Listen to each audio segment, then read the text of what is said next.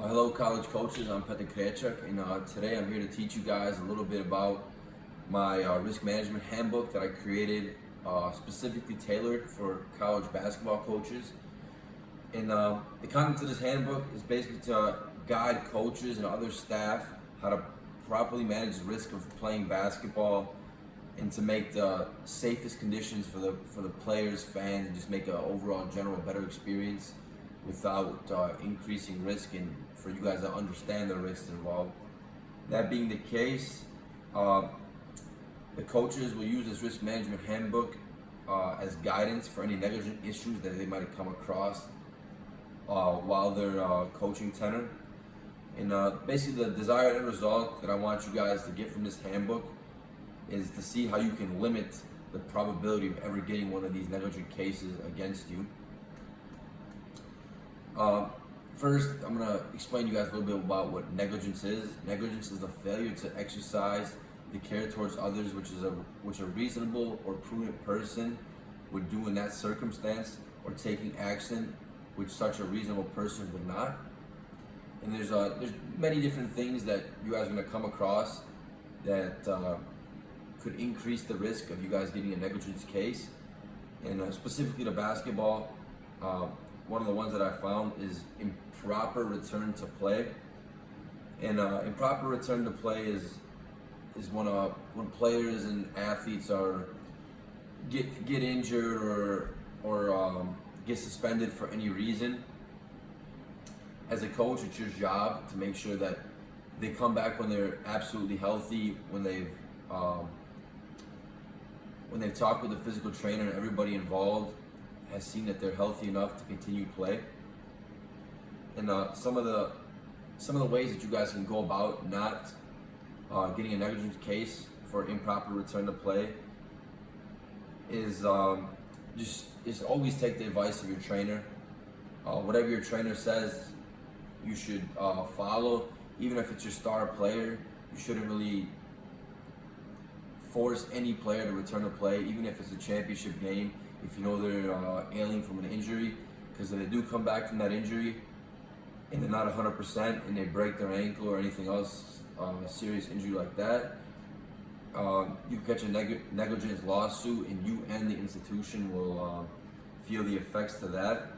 And another thing that you could do in that case is just talk to your player regularly, get his input, see how he's feeling. You have eyes, you can see what he maybe doesn't want you to see. Players are always going to try to play, but if you can see in training that he's limping or doing anything such as that, it's always good to be on the side of caution and just always look after the safety of your players.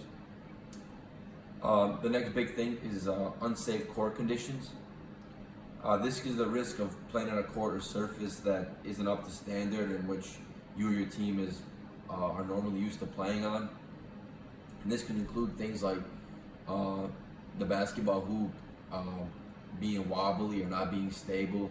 If someone dunked on it or something like that, it would fall off and injure your player. Slippery courts,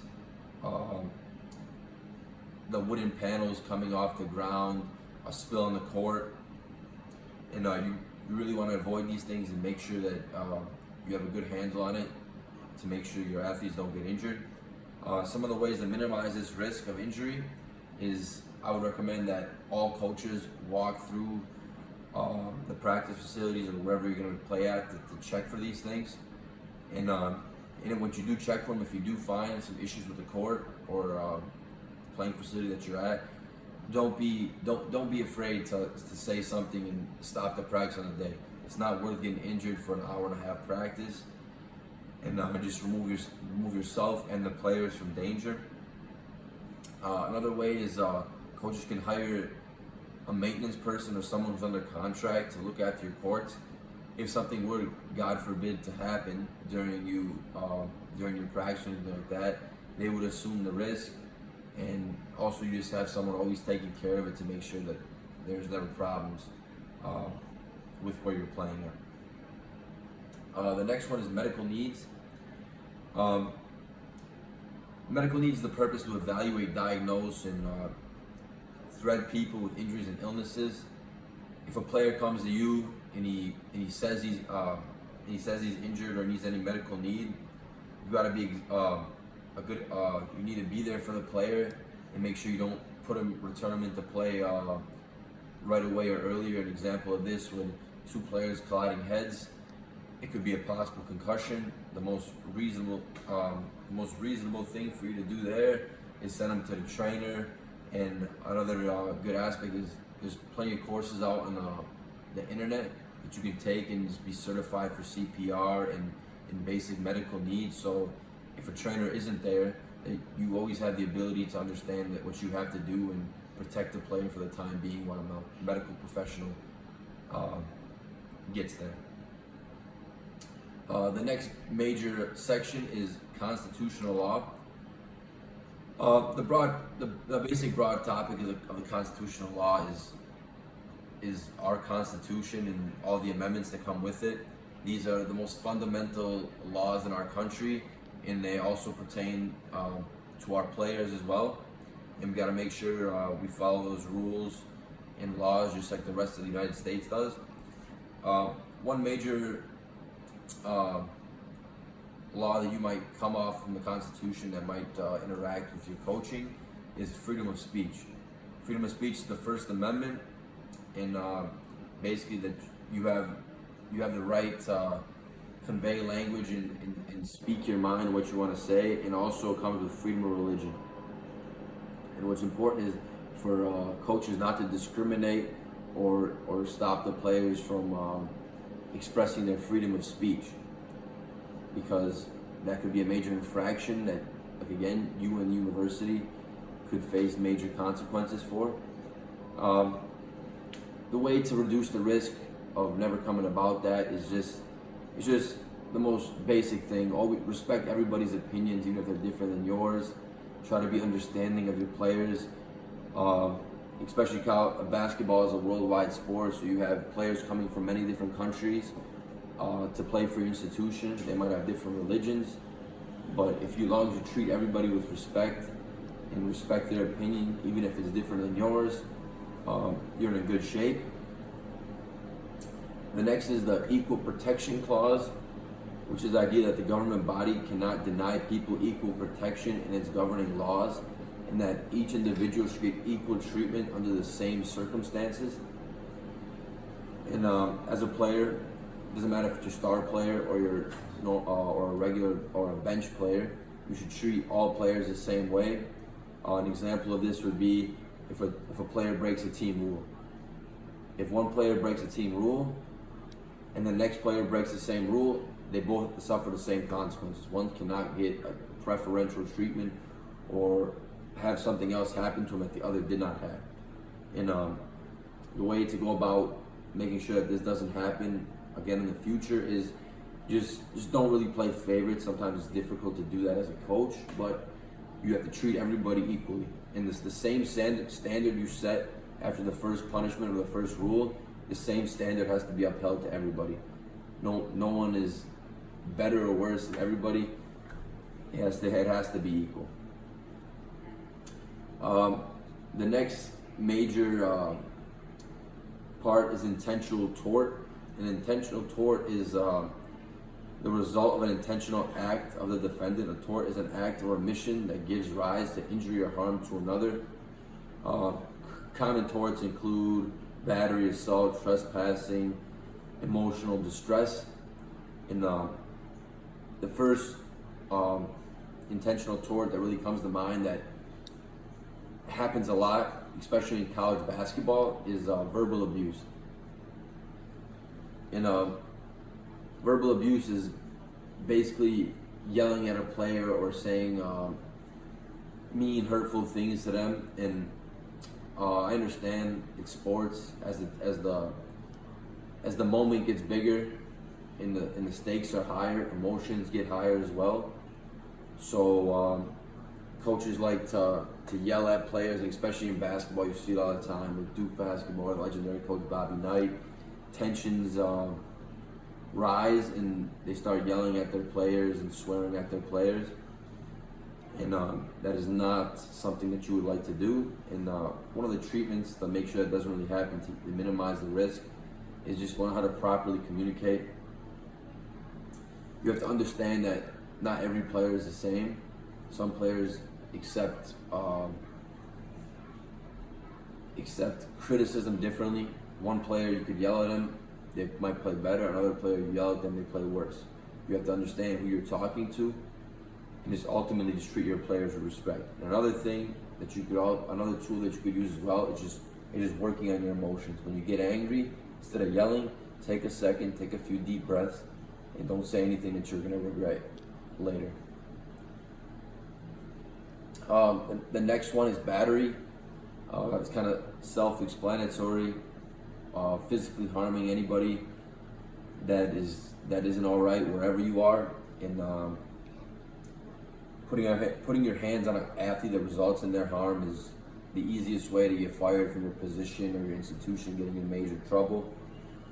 And one of the ways that you can just lower that risk of getting that problem thrown at you is just don't physically touch your players if you can. It's sports, like a coach, they touch their players, they give them high fives, they give them hugs. It's just a part of the game. But when you're angry, maybe you just want to refrain from any type of touching your players. You don't know what could happen. In the heat of the moment, you might hit them or something like that. And again, what I was talking about before is just learning how to deal with your emotions. Step back from the situation, take a few deep breaths, cool down, and then talk to your players, and then start giving them high fives and whatnot. It is not okay to touch your players at any moment. The last one I'm going to talk about today is contract law. A contract imposes duties on partners that enter an agreement or contractual relationship. As a college coach, there's contracts everywhere. You have a contract with the school for your employment, and the players have a contract, scholarships with you. And basically, the main thing as a college coach, you don't want to break your contractual agreement to anybody, and you don't want the players to break the contractual agreement with you. And one of the contractual agreements that get broken are the NCAA rules and violations. There are a lot of them, and sometimes they're done involuntarily. And if you fail to comply with the rules that are set in the contract that the NCAA has you sign at the beginning of the season, you could face suspension and a whole bunch of other problems. So the way that I would recommend you or your players not getting in trouble for any NCAA violations is just go over the handbook. There's courses online that let you take exams so you get a better understanding of the handbook, so you can maybe better advise your players, and then you have better advice for yourself so you don't break any rules. Another thing, in most colleges, there's a compliance officer, and they're professionals. They've read the handbook multiple times. They know every NCAA rule, and before you do anything that you think that could violate an NCAA violation, ask them first and get their permission to do it so you don't violate anything. The next one is scholarships. In Division 1 and 2 basketball, there are scholarships, and the scholarships it basically gets your players free schooling. So it's something important, but they have to abide by certain rules and guidelines in order to keep that scholarship. And if they do break that scholarship, they could lose their scholarship, and you will not have them as players. And as something as a coach, you have to look at that and kind of make sure that your players are abiding by the rules and by the contract that they sign. And one of the ways that you could do that is just when you're recruiting players, instead of just looking at strictly talent, looking at their character before you're recruiting them. If you see someone's respectful, they do what they're supposed to do, there's a less likely chance that they're gonna violate their scholarship and get it taken away from them. Another thing is just having a good relationship with your